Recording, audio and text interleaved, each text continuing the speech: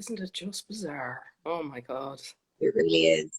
So I'm just going to say hi to everyone who's joining us here today for the conversation. I'll give a quick introduction about who we are and then we'll get going on to Conscious Cup. Is that okay? Sure. Yep. Perfect. Okay, first of all, everyone, welcome. Happy World Environmental Day. Um, Environmental Day or Environment Day. My name is Cynthia O'Connell and I'm the Communications Lead for the Sick of Plastic Ireland campaign. And every week we are joined on Friday at noon with people who, like you and like us, are sick of plastic. And this week we're lucky to have Sorcha Kavanagh, who is the coordinator of the Conscious Cup campaign. If you're inspired and you want to get involved, all you have to do is log on to the website. So you have consciouscup.ie or thevoiceireland.org, and all you have to do is look for the Sick of Plastic logo. And there's loads of different ways that you can get involved in both of our campaigns. Leave a message, leave a note, and if we have time, we'll answer all the questions that we can. So, Sorcha, I have loads of different questions for you. But before we do, before we do, I'm going to ask you the same thing I ask everybody every week. Tell us a little bit about yourself, first of all, and when you first personally got sick, like became sick of plastic. So I suppose if I went right back to where my inspiration was for environment, I was a teenager and it was the late 80s, and I was actually really lucky as a 16-year-old to get a part-time job in the body shop, which was a great thing for any teenage girl. You know, we were all mad for makeup and body lotions and that type of thing. But that was a great experience for me because Anita Roddick, who looked after the body shops, she was really into social justice and the environment and, you know, making sure that people had fair and equal pay. So she was a great inspiration. And my job was actually for that Christmas, I remember standing behind the counter, and at the time, the body shop was actually built on a refill system. So you could come in and you could actually bring your own container and you could have it refilled. So I was in the bottom of Grafton Street behind that counter, and I was refilling containers of dewberry and white musk, and I was in my element, but going home on that diesel bus was quite sickening, you know. I always stank of this kind of mixture of perfumes, you know, but it was a great inspiration for me, and I was always interested in that area, and particularly in school we didn't have we didn't have subjects that covered that, but we had religion class, and if you were lucky enough you had a forward thinking teacher, you know. And we were also lucky that in 1990 Mary Robinson visited our school and she inspired me. It was during a week of fair trade movement had only just started.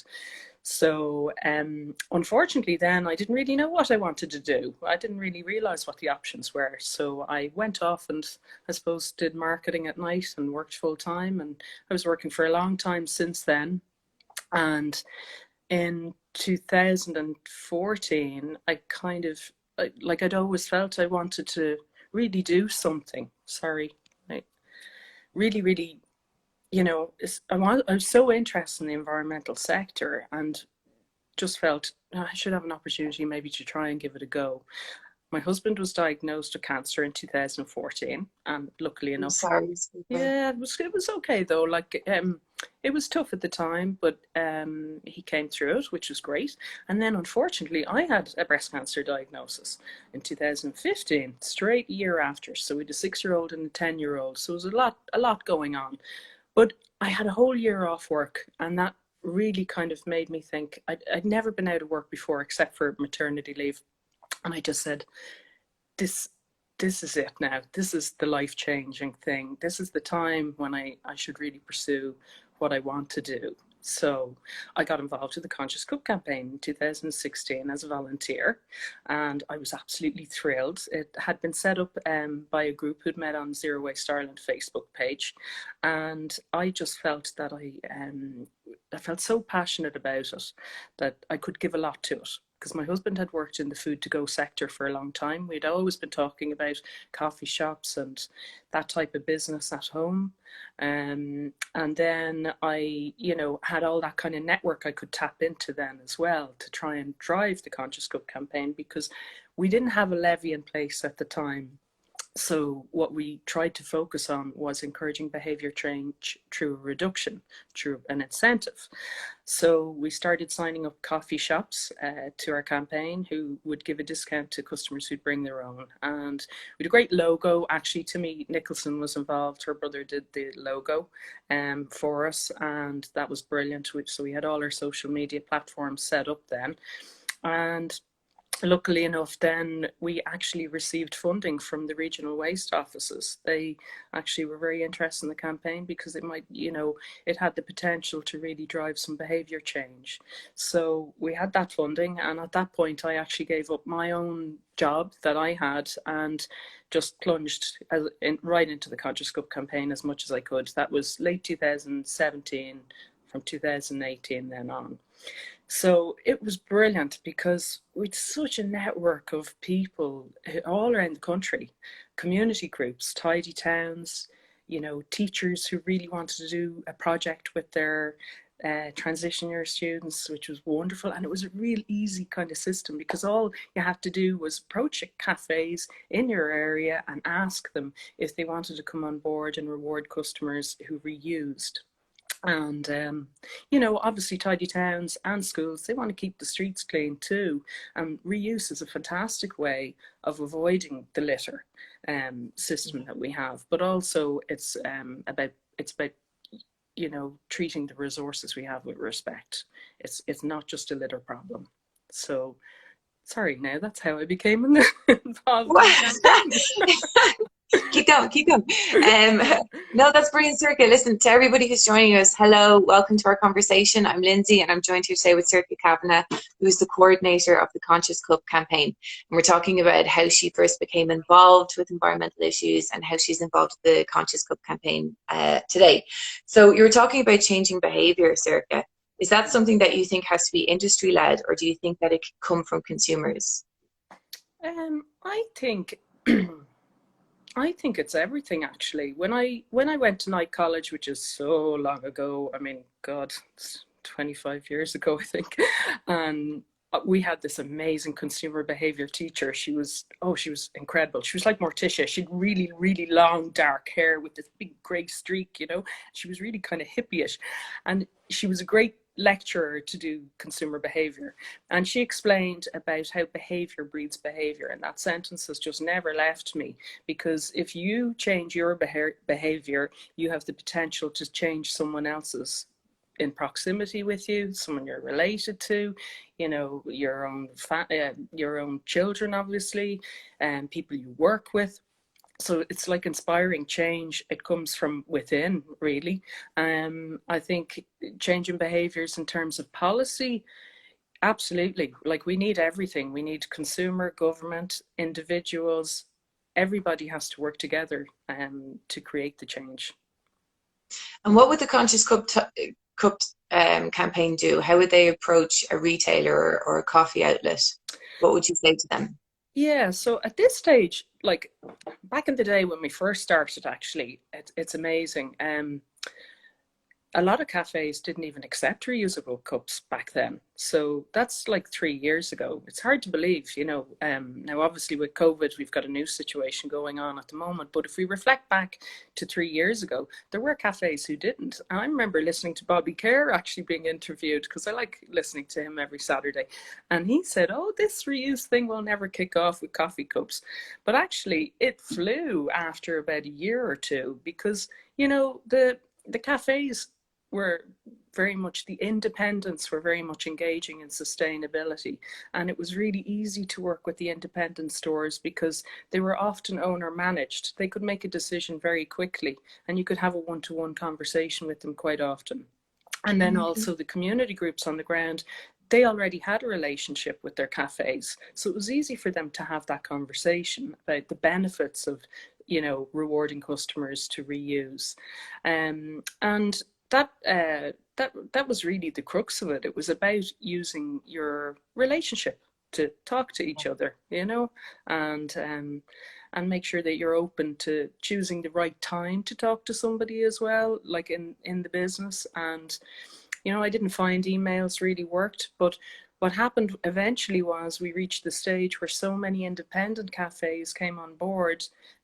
that the chains started to come on board. So it reached a tilting point, and pretty much then every chain was on board. So, you know, there was very few really that weren't, to be honest. You know, they're the Isn't that laggards. amazing? Yeah, Body care. I Haha. know. It was incredible. I never forget that morning. I was listening and I said, oh no, that's made me want to really make it happen. Get the ball. Yeah, like the thing is, I suppose that with bring your own, it is always a challenge for some people, but there are lots of us who would find it very difficult to revert back to a disposable cup. And our disposable cups are currently sitting in the cupboard at the moment, I suppose, unless you've a cafe who's accepting them. And they're coming because we're working on this contactless coffee system. Since COVID started, I suppose many cafes decided, you know, to be safe, that it was best to say, let's not accept reusables for the moment. And that was in early March. We didn't really know what we were dealing with at the time. Um, but a lot has changed since then, and we know a lot more. And this new contactless coffee system has originated in New Zealand and Australia, and it's doing really, really well. It basically means that nobody touches a cup. You bring your own reusable cup, you present it on the counter without a lid, you step back and a barista steps forward, refills your cup or fills your cup. They probably use two containers, like they might have the coffee container and the milk jug, and they fill without touching your cup. And then they step back, you put your lid on and off you go. So delighted to say Connor Spacey is supporting it. He's a fantastic chef, along with the Chef Network and Cloud Picker, who are an amazing coffee roastery. And they produced a video on it, and they're currently producing another one. So hopefully next week we'll have a little bit more to push out on that. And we would like to see cafes come back on board, because we're all seeing what the waste is everywhere, you know, at the moment. Just to give people a quick idea, and maybe we should go over the figures, just how, I Yeah, mean, Ireland has a love affair with coffee, yeah. you know, love it. But the figures are stark, and it's more sobering when you actually can put your head around how many coffee cups we're going through per day. Do you have any figures there? Well, we've 22,000 was what we had to work off per hour. It's very difficult to get statistics, you know, and that hasn't really changed that much. And I think at the moment we're heading towards an increase as well. Like we actually really have, with the level of takeaways that are going on, we've lots of disposability between, you know, home deliveries of takeaways as well. So it's, you know, it's on the increase, all this disposability, and the key is to keep it under control if we can, by saying, if you are going to place an order, and here we are, it's Friday. I don't know about your household, but in ours, we kind of look forward to a takeaway at the weekend. And I'm really being specific when I order. I say, please, no disposables that I can avoid. You know, some we can't at the moment, and we do have to be conscious that industry is trying to get back in gear, and you know, they're really dealing with very stressful situations, trying to social distance, protect their employees, and keep their businesses going and their livelihood. So I do kind of say, well, let's say no to, you know, the various things like the sachets and plastic forks. For Jesus, we have those at home. We have reusable ones at home if we need them, you know. And So, what do you find the reaction is when you ask a supplier just to leave all those things out? Are they very good usually? yeah, usually, you know, I think the thing is, it's really important for the businesses as well to train their employees, because you know, you're throwing money down the drain as well if you're just putting them in the bag without anybody asking for them or offering them. You know, like we all know that you've come away from a takeaway often with stuff loaded into it that you didn't ask for and you weren't offered. They were just automatically put in. Like businesses that work in the food industry, it's all about portion control with their food, and equally it's about portion control with their packaging and things like that too. So it's kind of something that we need to kind of work on, and hopefully we'll have a campaign maybe in the next few months where we can support businesses as well on how to avoid those single-use items as well. There's big changes coming around the corner from the EU when it comes to the directives of what we Yeah. can use single-use plastic. Can you tell us a little bit more about that, Sorcha?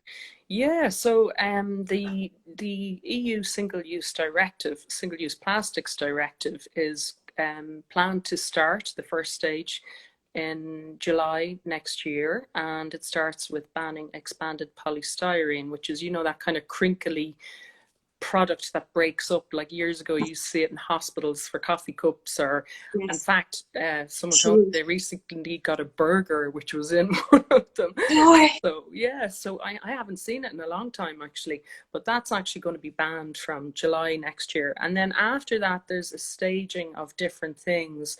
Um, the EU identified 10 products which really affected the sea, that were found, the top 10 products that were found in the oceans. And these are those products that they are trying to focus on eliminating.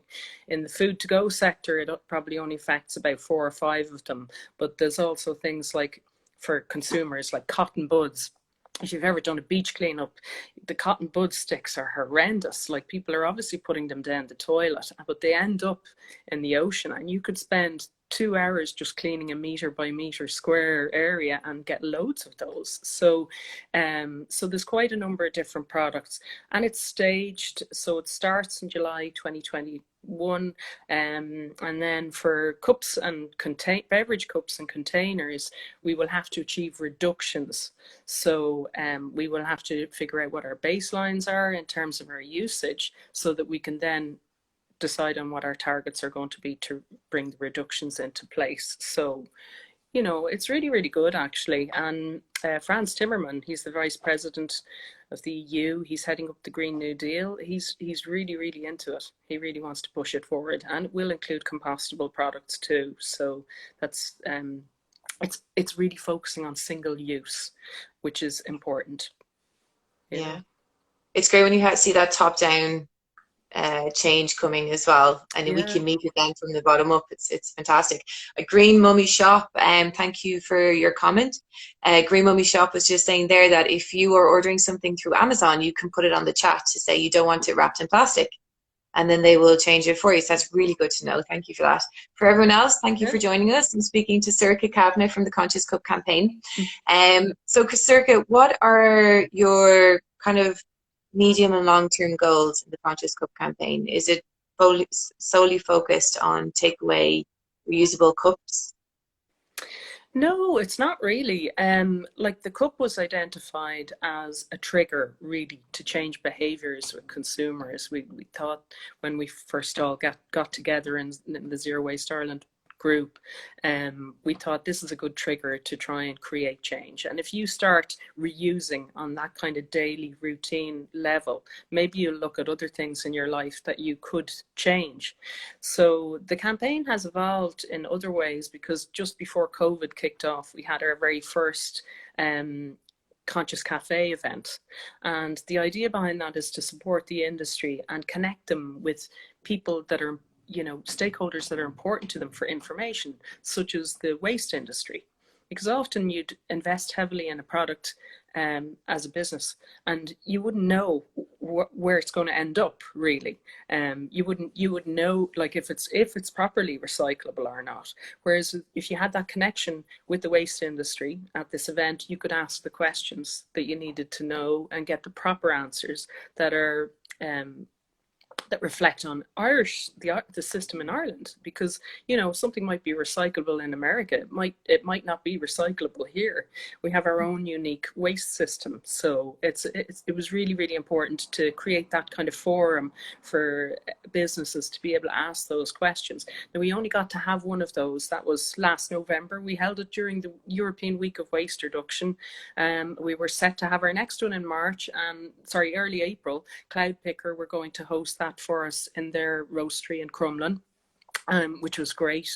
We were going to have all their customers there, but unfortunately we had to postpone that. So so we do plan to really support industry, and to not just look at the cup, but also other things that you can reuse. Like, for example, Cloud Picker and Imbibe, they actually deliver their coffee to some of their customers in reusable, returnable containers, like their wholesale, not just their end customers. So it's about looking at all the other, you know, behind the scenes, what you can, how you can have reuse. Brilliant. Yeah. Wow, that's really good. I assume you guys have been doing so much hard work. What would you say that your biggest wins are with the Conscious Cup campaign? God, I don't know. There's so many. I don't know. I think a fantastic thing we were listed in the climate action plan. That was incredible. Like really delighted to be given a mention there. Oh, I'll never forget the day we got a chance to go on the Late Late Show. That was brilliant for raising our profile. I literally had been making several calls to the Late Late to RTE. God, this is 2 years ago, but it really just gave us a good launch. And then one morning I heard Ryan Tubridy talking about his daughters with their reusable cups, and I said, right, that's it. I'll ring again. And I said, I actually had a load of reusable cups, which I'd gotten sponsorship for at one stage, and they were in the garage. And I said, I can have one for everyone in the audience out to you by 11 o'clock this morning if you want them. And they said, yeah, absolutely. So I jumped in the car and drove over to the RT studios, and Ryan Tubridy put it on the show that night. There was one for everyone in the audience, and that was just great profile, like anything to raise the profile.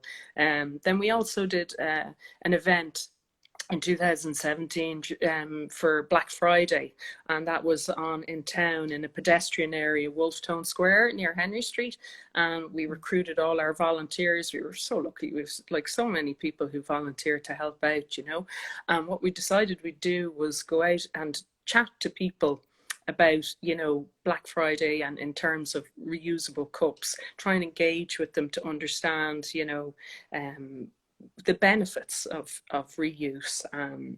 Especially on that day, it was key. And anybody who answered the series of multiple choice questions correctly headed over to Wolfstone Square, where we had Q102 with us helping to promote it, and they were rewarded with a reusable cup. So it was everything just to try and create publicity, PR, and constantly keeping the conversation going, you know? Yeah, I've heard a lot about this latte levy that they're going to bring in. Can you tell us a little more about that as well? Yeah, like the latte levy, at the moment, Scotland are actually set to go ahead with their latte levy. So they're in the middle of putting that into their incorporating that into their laws.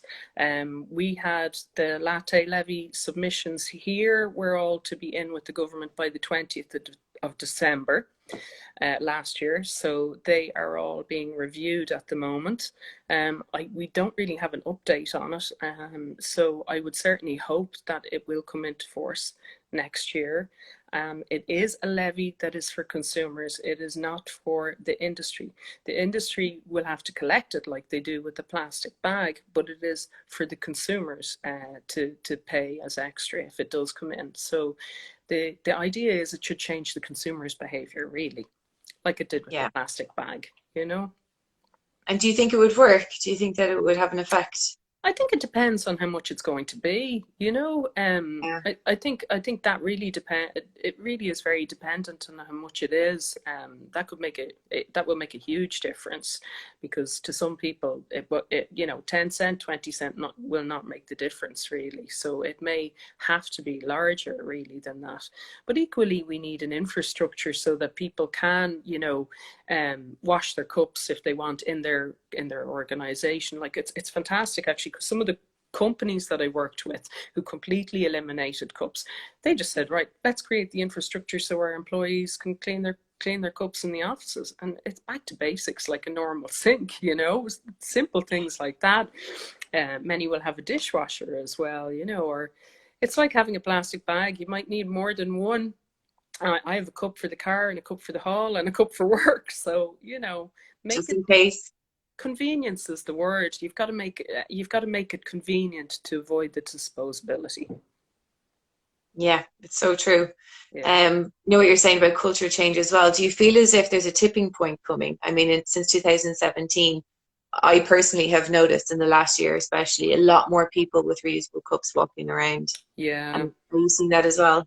Yes, definitely. Like, I suppose, really, if we're talking prior to COVID, there was Yeah. certainly a huge change. And I mean, we had, or like a lot of organizations that had actually insisted they weren't having disposable cups in the workplace anymore. And that was fantastic for scaling up the change, you know, and it meant that you really had volume, and those people then had the power to change someone else's behavior, you know, because they're seen with their cup as well. It's the visuals of it. I definitely think we were doing very well in Ireland, actually, and I know it's very difficult to measure the statistics, but a lot of the independents would have said to us, maybe some of them reaching 40%, even though general stats reported in the UK might be 7%, 8% at most. Ireland was actually doing quite well when it came to reusables. So it's hard to get the statistics, but you could see the change, you know? Well, fingers crossed now after COVID, we'll all figure it all out ourselves and come back into it. Yeah. Is there anything you'd like to say to everyone? Hi, everyone, again for joining us. It's me, Lindsay, and Sorcha from the Conscious Hi. Cup campaign. Hi, Lizzie. Again, if you want to get involved, if you want to get involved in our campaigns, it's consciouscup.ie and voiceireland.org. Just look for the Sick of Plastic logo. So how can people get involved? Is there anything that you could say to people what they could do themselves? Yeah, like at the moment, obviously because of COVID, we've a lot of cafes who aren't accepting reusable cups, unfortunately, and that's understandable because, as we said earlier, trying to get back up and running. But we will have a video out next week, an updated video from Cloud Picker, which will really illustrate how to go and do what we call hashtag contact us coffee, which is proven to be great success. Yeah, exactly. Like Mammy no hands, you know, no hands. I'm riding my bike with no hands. So it's really a good system, and it would be great, you know, because it's a great way that we won't end up going back down that whole scenario of disposability as well. So for any cafes who want to let us know if they're already back on accepting reusables, please do get in touch on info@consciouscup.ie, or even just send us a message on any of our social media, and I'd be delighted to add you to the list that I'm compiling to try and promote the coffee shops that are, you know, already back on with reuse, because we can't really go back. Like after COVID, we still have a climate change issue coming down the line. So we it's important we don't lose sight of that. 100%. Okay, Sorcha, I'm going to leave it there. I just Yeah. want to say thank you so much for talking to us today. You're a really inspiring person. Oh, Even your thanks, Lindsay. personal journey and how you all the hard work you've done since you joined Conscious Cup. Thank you. Thank you. Thanks. Um, Bye. and to everybody else, happy Environment Day. And next week we'll be joined with Connor Spacey, who you know, we'll be joined with Irish chef and champion of sustainable food, Connor Spacey. Really interesting chat, and we're looking forward to it. We'll see you all then. Me and Sorcha, thank you. Bye. Bye.